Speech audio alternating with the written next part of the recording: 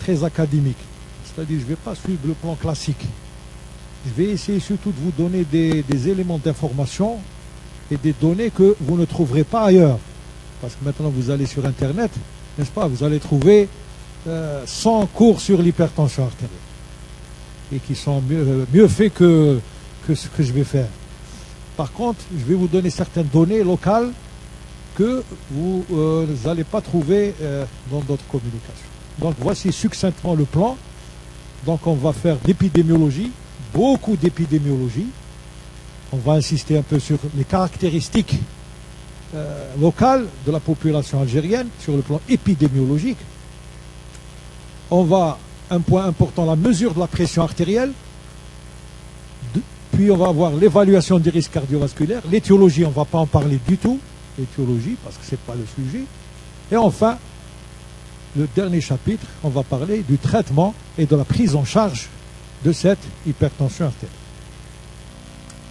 L'hypertension artérielle, c'est une maladie grave, coûteuse, fréquente et insuffisamment prise en charge. Voilà ce qu'on peut dire en introduction. Donc, grave. Avant de commencer, une petite définition. Qu'est-ce que c'est que l'hypertension artérielle? Eh bien, l'hypertension artérielle est définie par des chiffres. Par des chiffres. Donc, on parle d'hypertension artérielle quand la pression systolique est supérieure ou égale à 140 et ou, donc retenez bien, et ou, un des deux, ou les deux, supérieur ou égal à 90 pour la diastole. Donc ça, c'est la définition classique. Et vous allez voir après qu'elle est un peu arbitraire. Elle est arbitraire. Pourquoi pas 140? Pourquoi pas 145? Pourquoi pas 135? Et on va voir après que ce n'est pas toujours évident. Ça, le diagnostic est fait en consultation. Et on va voir que souvent on utilise la mesure ambulatoire de la pression artérielle ou l'automesure pour confirmer ou infirmer cette élévation de la pression artérielle.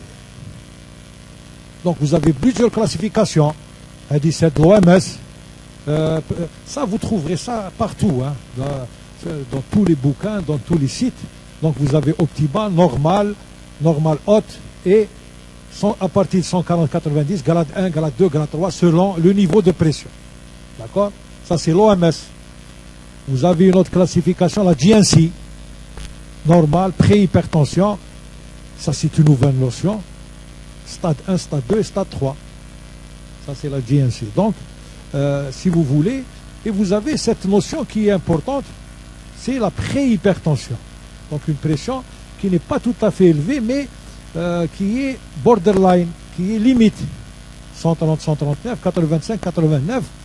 Là, il y a toute une discussion sur cette hypertension borderline ou pré-hypertension. C'est-à-dire, c'est des patients qu'il faut bien surveiller.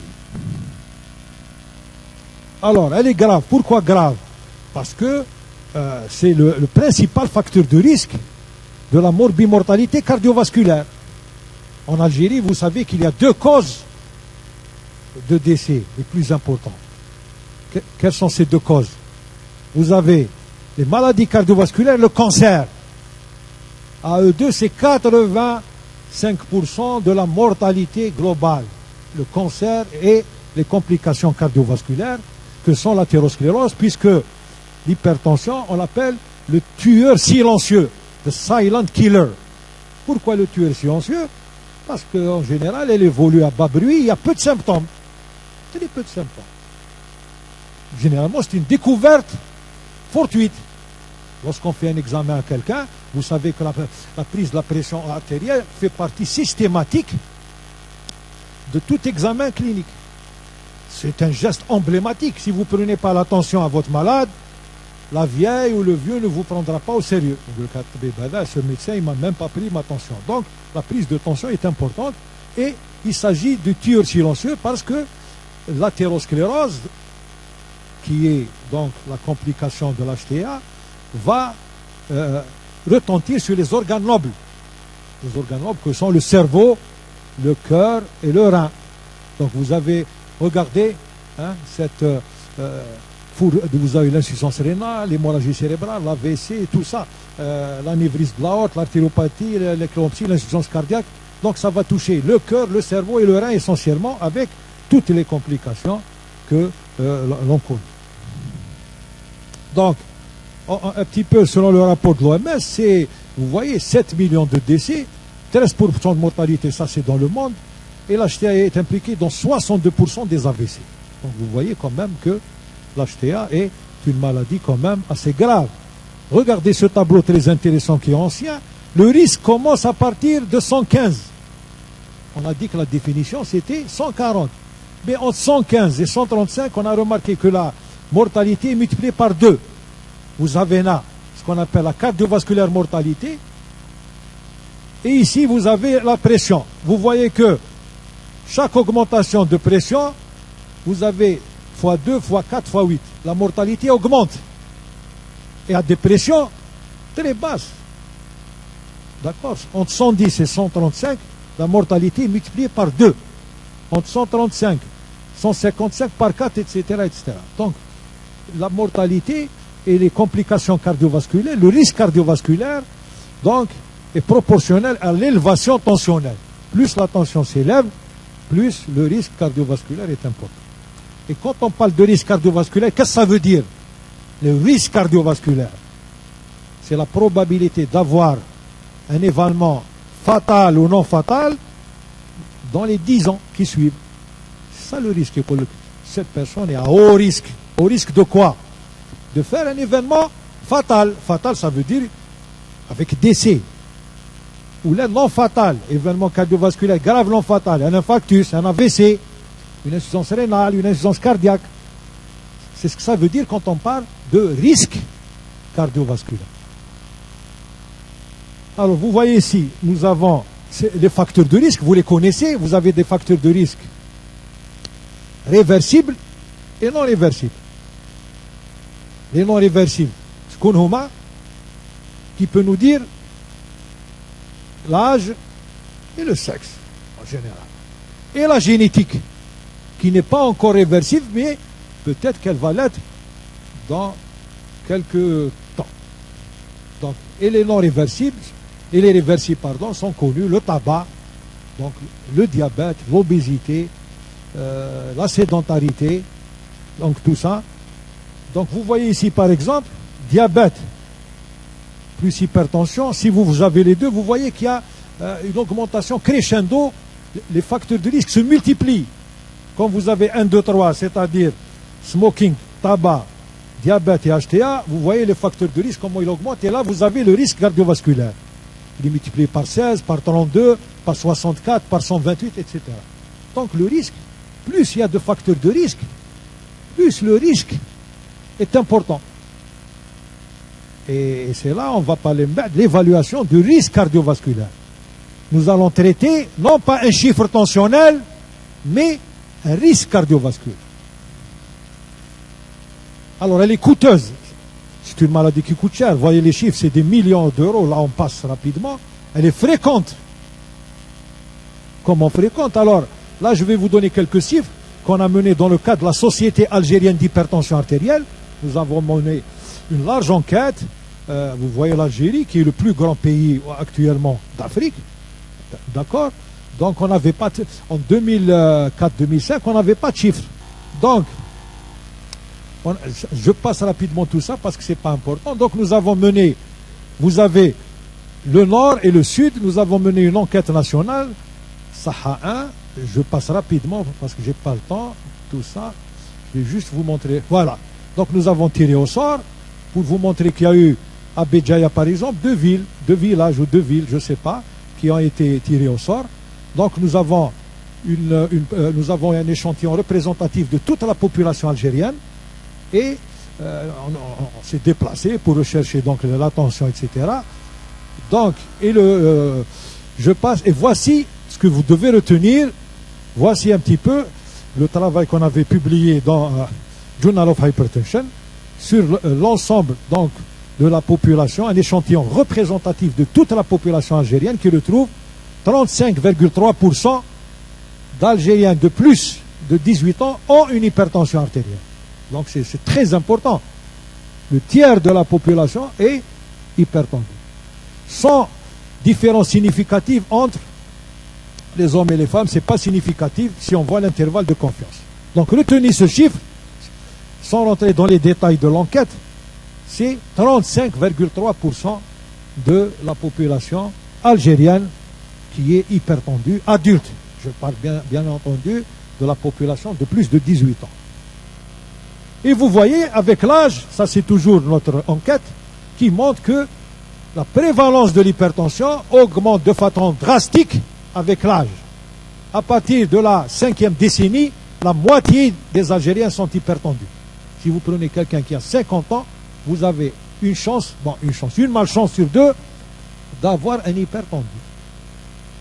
Et vous voyez si par exemple chez les 60-70 ans, la prévalence de l'hypertension artérielle est très importante. Presque la plupart des adultes sont hypertendus. Donc vous voyez que c'est une pathologie très fréquente, très prévalente. On avait trouvé que chez les Noirs, les patients de race noire, c'était au sud, à Ain Saleh par exemple, où les gens blancs et noirs vivent dans les mêmes conditions socio-économiques, que la race noire était un facteur d'hypertension artérielle. Il y avait plus d'hypertension chez les patients de race noire. Je vous donne ces chiffres personnels. Donc, nous avons même publié ce papier avec le professeur Temmar sur est-ce qu'il y avait des caractéristiques à Ain Saleh. Ain Saleh est caractérisé par de l'eau très salée. C'est de l'eau très salée. Est-ce que le fait que la population boit cette eau salée, est-ce que ça va retentir? Est-ce qu'il y a plus d'hypertension artérielle qu'ailleurs? Bon, je passe tout ça, je ne vais pas vous embêter avec tout ça. Voilà le sodium, ça c'est le mni'a, où l'eau n'est pas salée du tout. Et Ain Saleh, vous voyez la concentration par milligramme par litre. Donc on avait comparé Ain Saleh et mni'a. Mni'a, c'est de l'eau minérale, le goléa. On a des boîtes, le mni'a. Donc, et est-ce que la prévalence ici est la même? Donc on a trouvé presque la même. Je vais directement au résultat. Je ne vous casse pas les pieds avec tout ça. Voici un petit peu les résultats. Et vous voyez, il faut voir l'âge toujours. Hein. Ici, vous voyez 65%. Ça, c'est la prévalence. Mais attention, là, c'est plus de 40 ans. Voici donc, à peu près, à partir de 18 ans, la prévalence est de 35%. Une étude a été faite à Ain Taïa, c'est une thèse. C'est une thèse de doctorat en médecine. Une autre thèse à Tlemcen, conduite toujours grâce à la Société algérienne d'hypertension. Donc, retenez ces chiffres.